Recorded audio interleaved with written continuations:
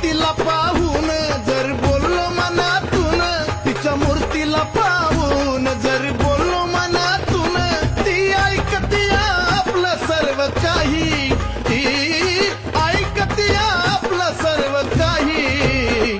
अहो ती डोंगराची माझी येडमाये, अहो ती डोंगराची माझी येडमाये, कुणाचा विश्वास तुटू देत नाही.